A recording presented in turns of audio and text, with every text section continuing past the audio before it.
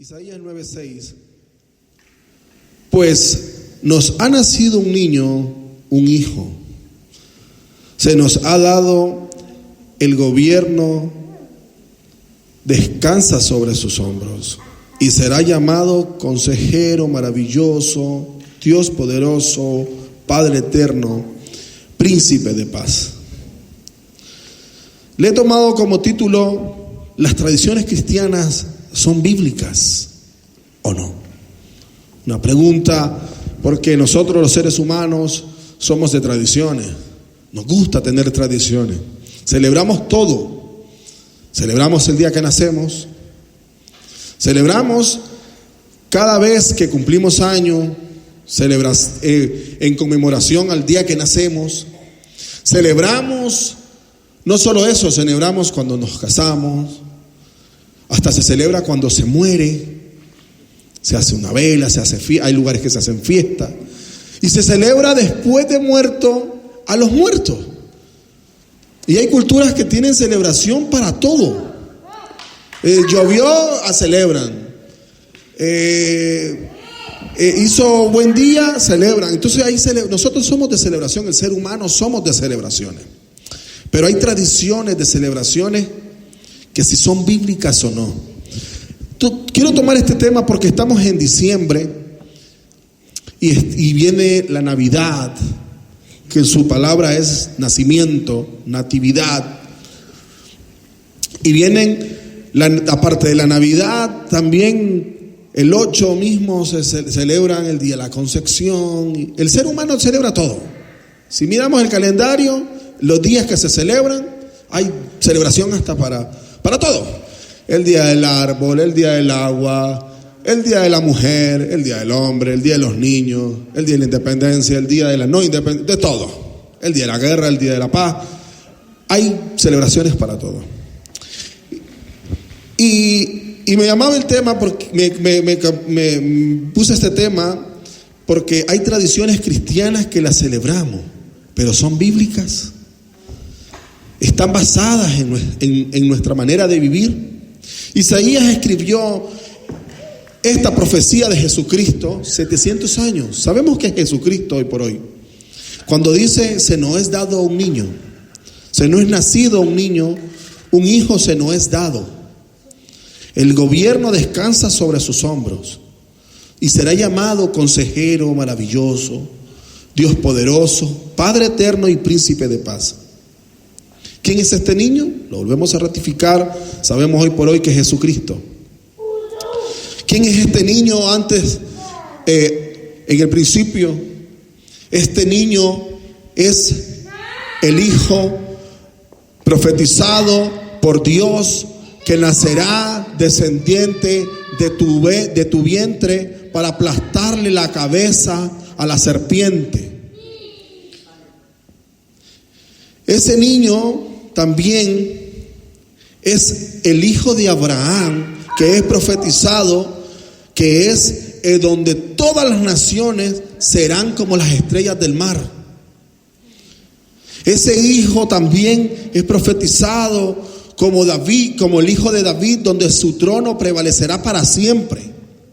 Ese hijo también es el hijo de Ana, que se fue profetizado, que dice que fue Samuel, pero dice la Biblia que habrá uno mayor que Samuel, que hablará la verdad plenamente. Está hablando de Jesucristo, ese hijo dado a nosotros. Y ahora quiero tocar el tema así, sobre las celebraciones, porque en lo que estamos ahora, porque muchos me preguntaban, ¿en la Navidad nosotros la tenemos que celebrar o no? ¿Es bíblico o no? Y claro, entonces habían unas dudas ahí, entonces dije yo, pues vamos a aclarar dudas. ¿Qué nos cuenta la historia en sí de la Navidad? ¿Cómo nace la Navidad? Porque la Navidad se supone que es el cumpleaños de Jesucristo, ¿no? Pero ¿qué nos enseña la historia? Todo se genera hace muchos años con los principios, los primeros hombres de la creación, que fue y los que quedaron vivos después del diluvio, que fue Noé. Noé tuvo 3 hijos, ¿no? Cam, Sem y Afet, ¿no? Afet, no me acuerdo. Tuvo 3 hijos, pero uno lo vio desnudo en su carpa, tomado. Vino su hijo, se salió de la carpa y le fue a decir a sus hermanos, Sem, le fue a decir a Cam y a Jafet, que había visto a su padre y lo había visto desnudo, y se burló de él. Vino a Noé vino y lo maldijo. Y le dijo le dijo a Cam que será maldito, será maldecido, él y su descendencia. Y Canaán será el subyugado por sus hermanos. Y la Biblia viene y comienza. Cam tiene una esposa, según la historia, lo pueden buscar para ratificarlo. Después de la maldición de Cam se casa con una mujer que se llama Semiramis y tiene un hijo que es bíblico y se llama Nimrod. Este hijo que se llama Nimrod mata a su padre Sem y se casa con su madre Semiramis. Y viene y el hijo de Noé mata a Nimrod. Su tío mata al hijo de Cam, Sem mata al hijo de Cam, que es Nimrod. Y pueden leer en Génesis, en el 10, del 8 al 12, dice: Cus también fue antepasada de Nimrod, el primer guerrero. ¿Cómo lo toma la Biblia a Nimrod? Guerrero heroico de la tierra, ya que Nimrod fue el primer cazador del mundo. Su nombre llegó a ser proverbial. La gente decía que ese era como Nimrod, que con el mejor cazador del mundo, que él construyó el reino de Babilonia, las ciudades de Babel, Ereb, Acam, Calne. Desde ahí extendió su territorio a Asiria y construyó las ciudades de Nínive, Roboab, Ir y Cala, y Resem, las grandes ciudades de Nínive y de Cala. Era un emperador, y a ese lo mató su tío Sem, hijo de Noé. Y como se había casado con su madre vino y no tenía hijo, y se hizo embarazar. Semiramis se hizo embarazar, y dijo Semiramis que había sido de los dioses un regalo, y que quedó embarazada de su hijo Nimrod, y lo puso como el Dios. Y esa mentira trajo un embarazo, y tuvo un hijo que se llamaba se llamó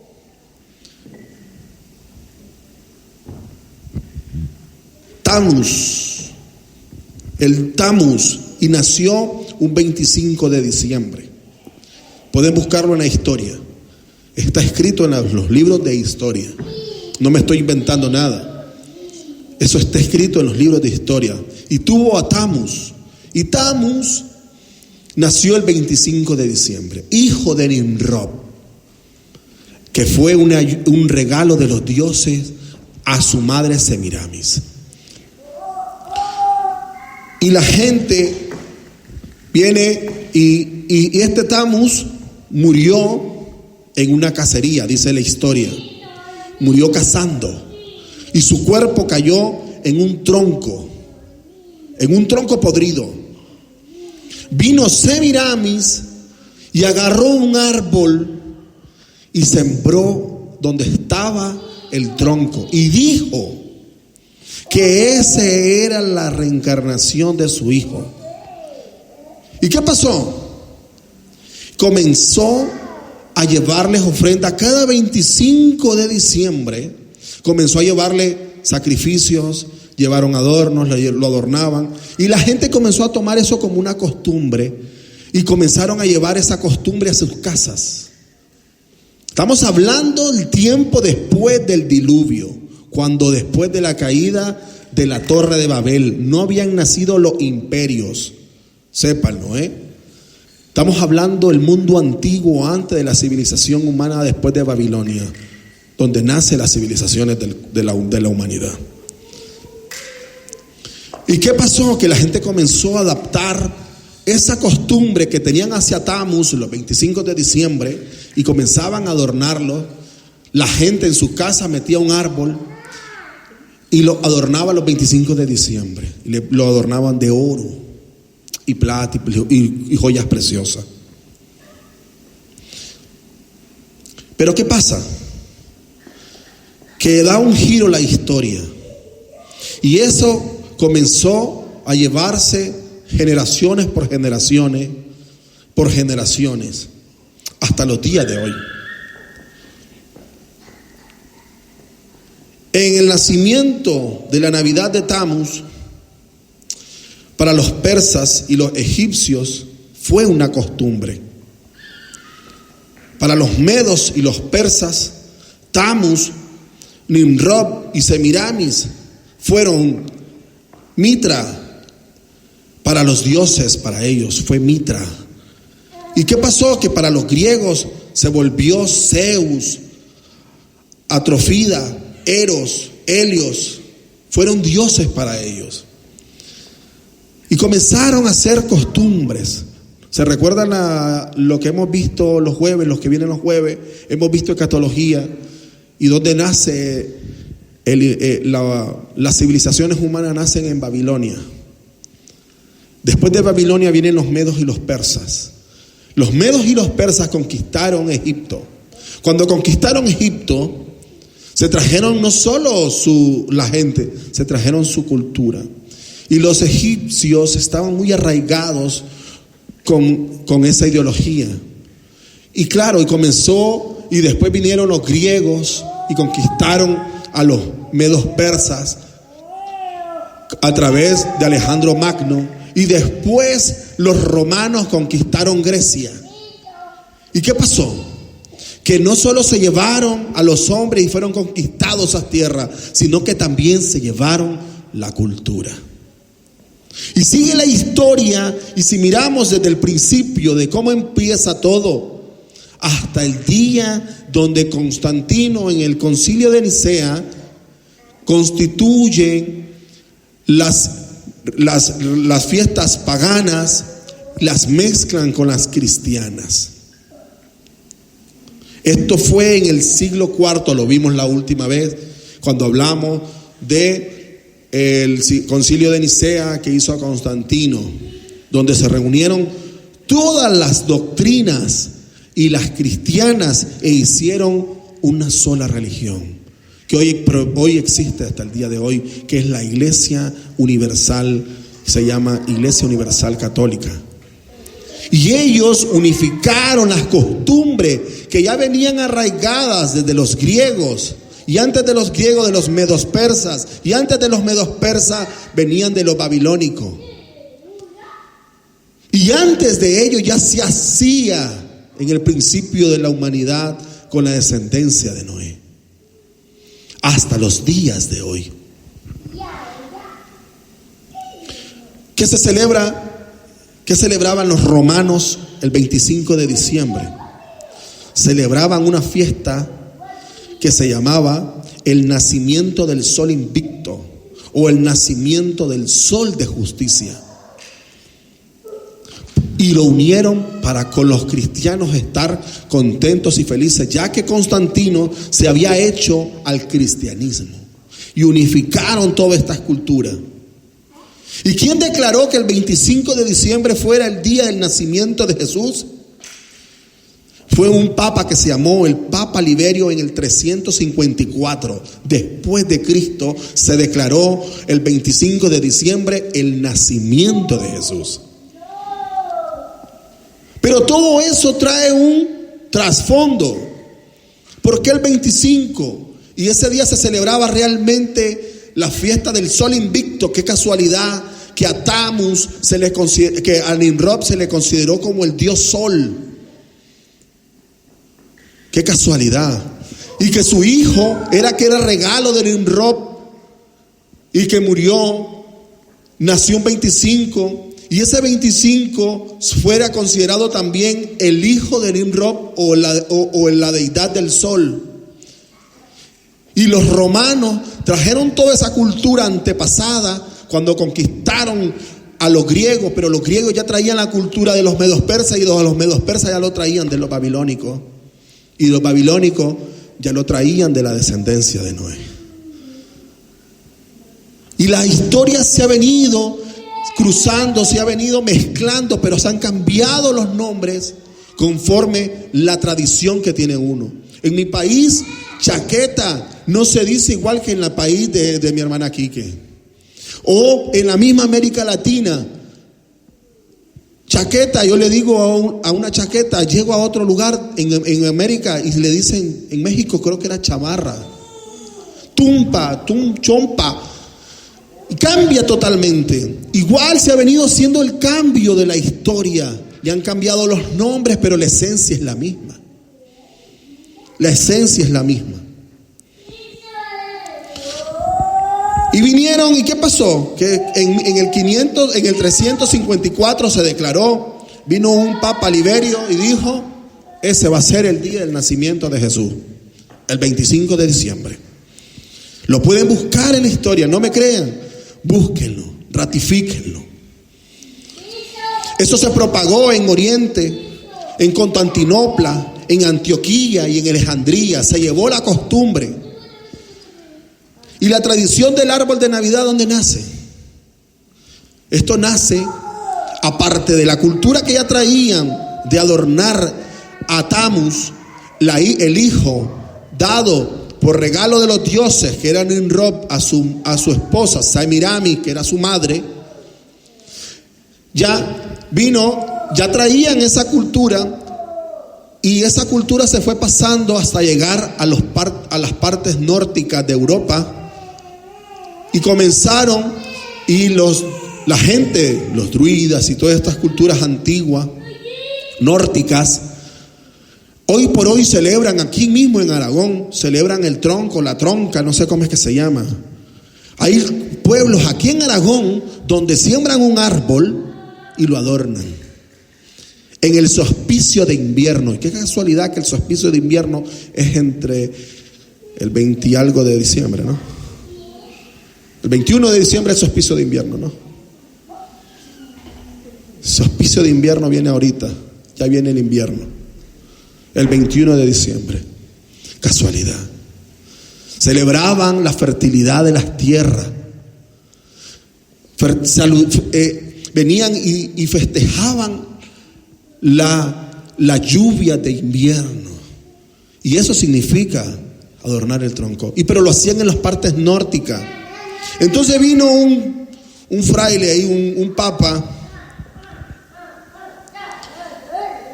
que se llamaba, era un Frey. El dios se llamaba Frey, el que adoraban los nórdicos.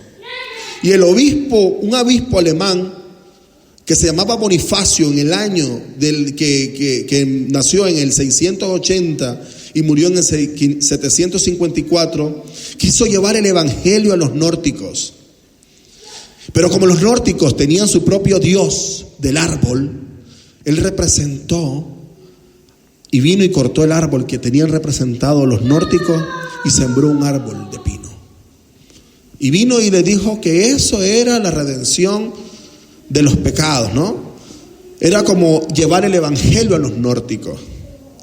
Y le dijo que el árbol representaba la representación del nacimiento de Cristo y que y lo adornó de manzanas. Y la manzana les dijo que eran los pecados originales. Por eso de ahí viene el término la manzana de Adán. Ya que la manzana era el fruto del pecado. Porque comenzaron a llevarse y a enseñarse que, porque así se lo enseñaron a los nórdicos, que la manzana era el pecado del hombre. El árbol era el nacimiento de Cristo, las manzanas, el pecado del hombre. Y lo adornaba de velas el árbol y les decía que la luz era la luz de Jesús, que allí alumbraba el pecado por su nacimiento. Y eso se llevó y se fue llevando y se fue haciendo culturalmente y se fue llevando esa tradición. Y ahora ya no se adornan de manzana, ahora se adornan de bolitas de colores, luces. Las velas ya no le ponen vela, le ponen lucitas de colores. Y qué casualidad que arriba del árbol nunca se ha preguntado, hay una estrella. ¿Qué significa la estrella? Para los nórdicos, para esta gente de ahí, de la parte del norte de Europa, antes la representación que tenían de su dios Fes era que arriba ponían a su dios más poderoso y abajo del todo a los muertos en sus representaciones. Y este obispo alemán, Bonifacio, llevó, para poder llevar el evangelio católico ya con la ley que el 25 era el nacimiento de Jesús y con todas las culturas, llevó toda esa tradición que ya era hecha ley y la llevó a esos países para poder representar el evangelio. Y se ha venido haciendo tradicionalmente. Por eso los europeos lo vienen relacionando. ¿Y qué pasa? Que esa cultura se enraigó tanto en Europa del norte, el este, que cuando inmigraron a Estados Unidos se llevaron esa cultura. Por eso Estados Unidos está más arraigado a la Navidad. Está muy arraigado el árbol, adornarlo y el significado que es Cristo, el nacimiento de Jesús. Gracias al Papa, a este que vino y dijo que el 25 era el día del nacimiento de Jesús, en el 354, el Papa Liberio. Él vino y dijo que era el 25, el otro vino, llevó que el 25 es el cumpleaños de Jesús y puso un árbol, quitó el árbol celta nórdico y dijo, aquí nacimiento de Jesús. Lo adornó de manzana, esto es el pecado del hombre. Y le puso luz, velas, y le dijo, pero esta es la luz de Jesús que alumbra sobre todos los pecados. Y ya está. Y así esa cultura se fue a Estados Unidos. Y si miran la historia antigua del árbol de Estados Unidos, le ponían velas. Y lo adornaban de manzanas de miel. Qué raro, ¿no? Pero la gente no se indaga, no se pregunta de dónde viene, por qué viene. Y no es la pregunta más esencial. Yo creo que no es la pregunta más esencial. Yo creo que las preguntas más esenciales las haremos al final. El pesebre, ¿quién inventó el pesebre? Es lo más bíblico que hay en la Navidad. El pesebre lo inventó, y esto se van a dar, cuando diga el nombre van a decir, ese lo hemos escuchado. Francisco de Asís, en el siglo XIII, vino e implementó el pesebre. ¿Saben cómo lo implementó? Porque la iglesia católica en ese tiempo, en el siglo número XIII, la iglesia era pudiente, era pomposa, era lujosa. Y entonces vino Francisco de Asís y dijo, no, esto no es ser cristiano. Ser cristiano es ser humilde, es donde nace Jesús, en la humildad. Y vino y estaba de moda el teatro. En el siglo XIII, naciendo el renacentismo del teatro.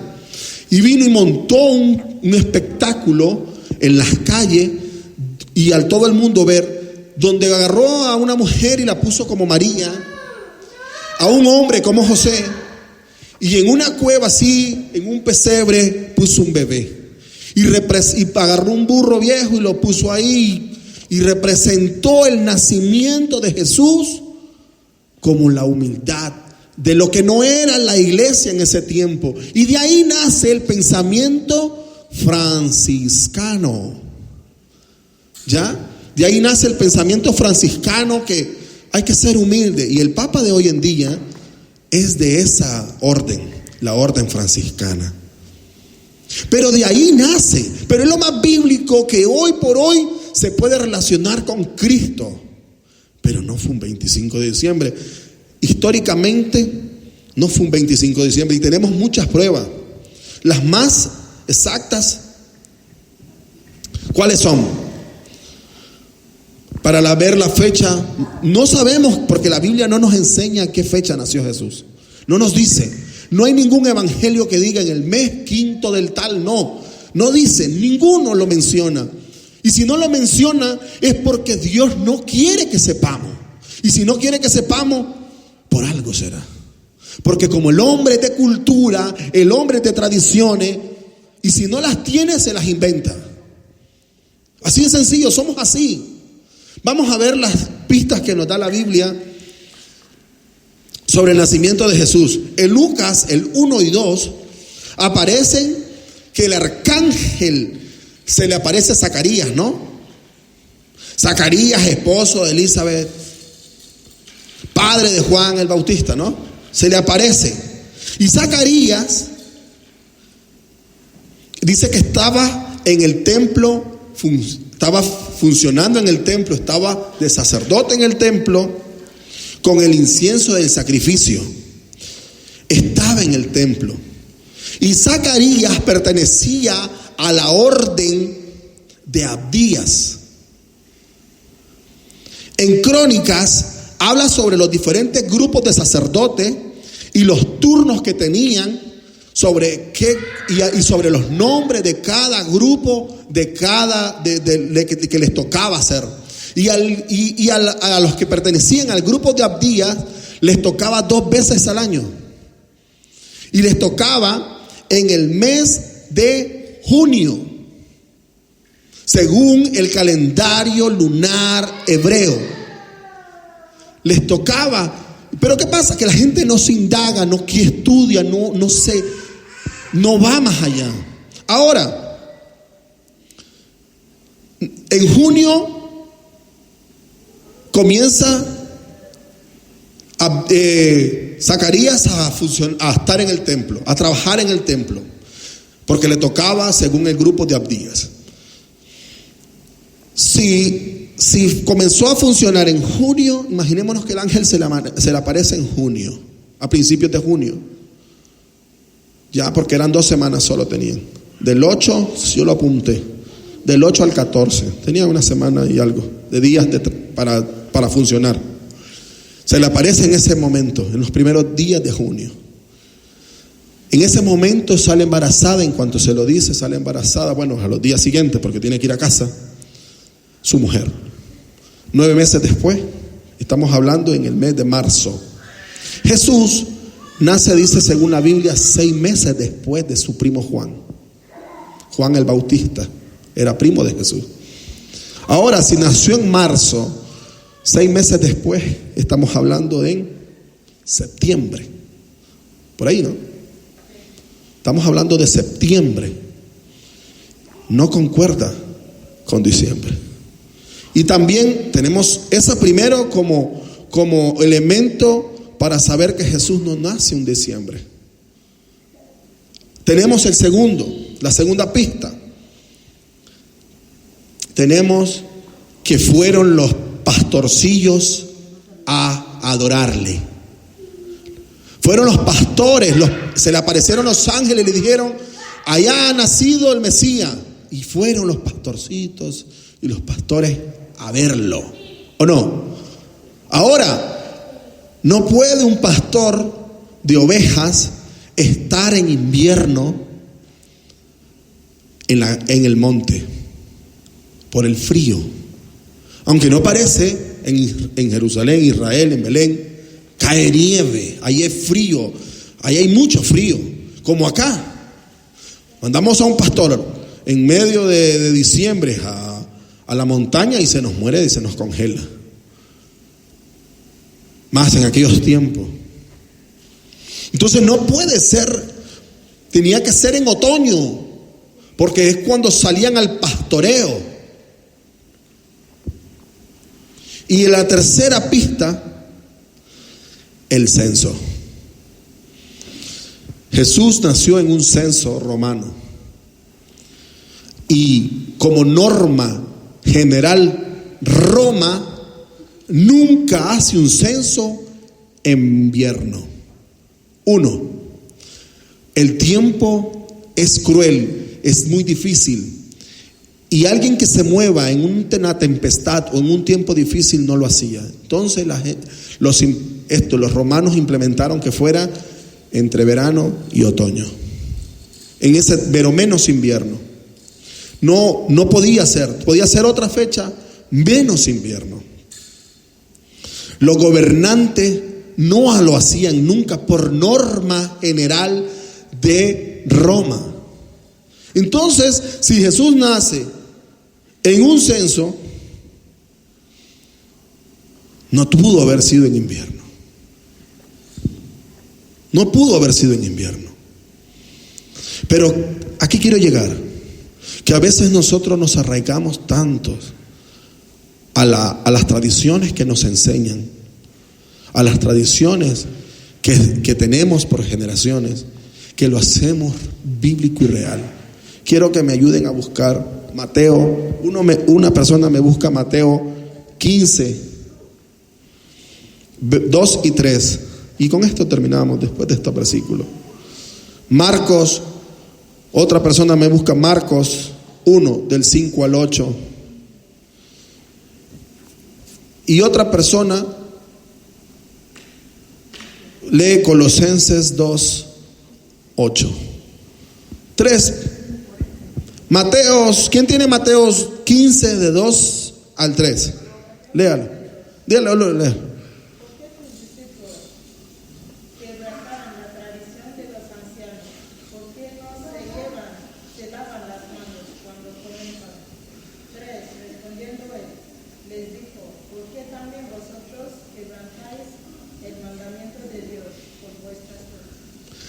¿Por qué quebrantaban las tradiciones de los ancianos? No dice que es la ley de Dios, no le dice que es lo que Dios manda, le dice tradiciones. ¿Por qué? Porque ellos enseñaban que las tradiciones eran de Dios, pero eran tradiciones nada más. Y él le dijo, pero ustedes quebrantan realmente los mandatos de Dios, los mandamientos de Dios. Ellos no están quebrantando algo que Dios manda.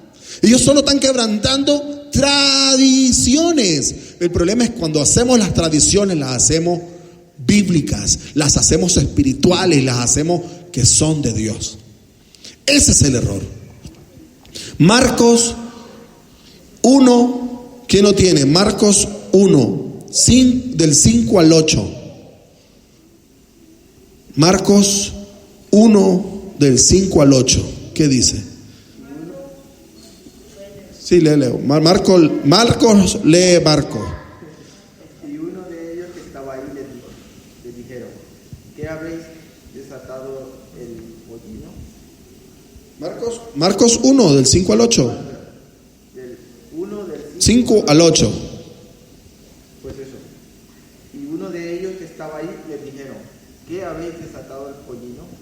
Ellos entonces les dijeron como Jesús había mandado, y lo dejaron. Y trajeron el pollino a Jesús y echaron sobre sus mantos y se sentó sobre él. También muchos extendían sus mantos por el camino y otros cortaban ramas de árboles y las detenían por el camino.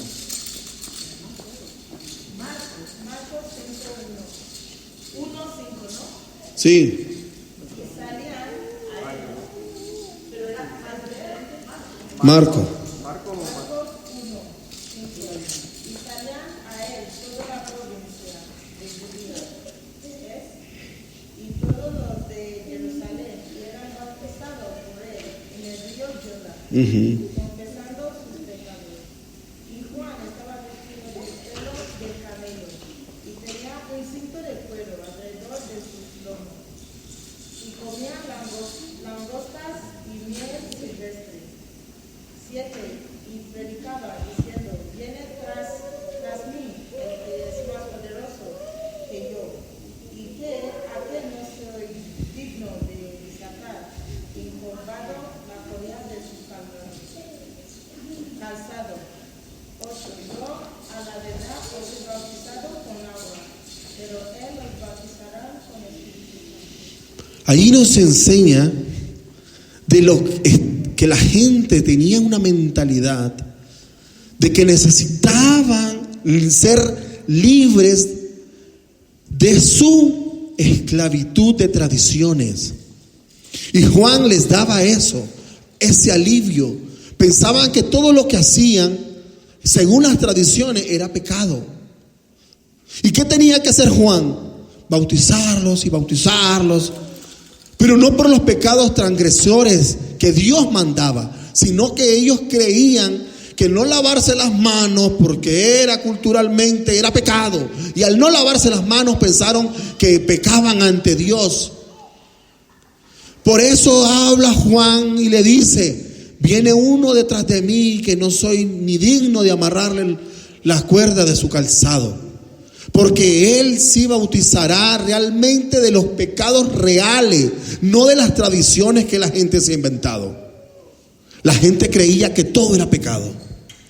A ver quién me lee Colosenses 2:8. Este es más corto. Colosenses 2:8. Y con esto terminamos. Y aquí nos enseña realmente el arraigado que estaba la gente de las culturas, y lo tenían como tradicional en Dios, algo real en Dios. Colosenses 2:8. ¿Quién lo tiene? Mirad que nadie os engañe por medio de filosofías y huecas sutilezas basadas en la tradición de los hombres, conforme a los elementos del mundo y no según Cristo. Mirad que nadie los engañe de las sutilezas, de las tradiciones de los hombres. Ahí nos enseña el Señor que no todo lo que hacemos es realmente para Dios. Yo les voy a dejar 2 preguntas. ¿Todo lo que celebramos está conforme a la palabra de Dios? Y pregunta número 2, ¿es lo que Dios quiere que yo haga? Cada vez que usted se vaya a celebrar algo, váyase a la Biblia. Váyase y pregúntese, ¿está conforme a la palabra de Dios? ¿O es lo que Dios quiere que yo haga? Yo no les digo que no celebren, celébrenlo, pero que sea algo personal, suyo. No digan que es de Dios y involucren a Dios en algo que hagan ustedes. Quien quiera celebrar, celebre. Como celebramos el día que nacemos, cada año que cumplimos años. Celebramos todo. Celebramos cualquier cosa. Pero que no lo haga y no lo hagan dogma, religión. No digan que es de Dios cuando no lo es. Váyanse a la palabra del Señor. Hoy por hoy se celebra el Día de la Biblia. Tradiciones humanas, porque el Día de la Biblia no existe. El Día de la Biblia no se lo inventó el hombre. Pero ¿qué pasa? Está bien celebrar el Día de la Biblia. El problema es hacerlo dogma y decir, es que si no celebras el Día de la Biblia es pecado, y que si no vas es pecado, y que si no todo es pecado, porque se vuelven dogmas, se vuelven algo que no está escrito, porque la palabra no necesita ayuda. Se ha valido desde que se hizo hasta el día de hoy para seguir existiendo, y Dios sigue dando salvación, vida eterna, y sigue hablando al hombre. Pase lo que pase. Y no necesita de un día para que le hagamos bombas y fanfarrias. ¿Saben por qué? Porque el día de la Biblia, tarde o temprano, va a llegar a ser una celebración idólatra cristiana. ¿Por qué? Porque salen a las calles y de pronto hasta un monumento ya hay una imagen de la Biblia y adorar a la Biblia. Y entonces, ¿qué? De pronto lo que es nuestra vida se vuelve nuestra idolatría. Se vuelve algo, una imagen. No hagas imagen de lo que está en la tierra, ni arriba de la tierra, ni abajo, ni de lo que no exista. En todo. Para eso tenemos su palabra. Yo no necesito una imagen para saber que soy cristiano, ir a adorar a Dios. El problema es que yo miro, escucho a los demás que vamos el día de la Biblia que acaba de pasar, a la plaza no sé qué, el de la Biblia, y la gente adorando la Biblia. ¿Y qué pasa? Se vuelven igual que paganos que el que adora a una imagen, porque están adorando una imagen de una Biblia. Hay que tener mucho cuidado hasta dónde llega lo que nosotros vamos a celebrar.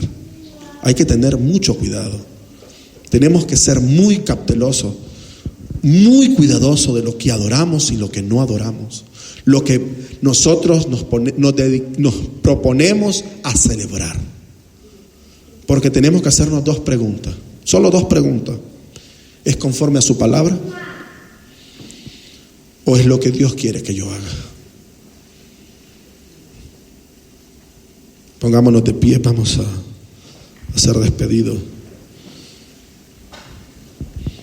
Y no es mi intención que usted no celebre lo que quiera celebrar, pero hágalo, si lo va a hacer, hágalo por usted mismo, pero no diga que es conforme a Dios cuando Dios no ha tenido que haber hecho nada, no hizo nada. Ahí lo hace el hombre.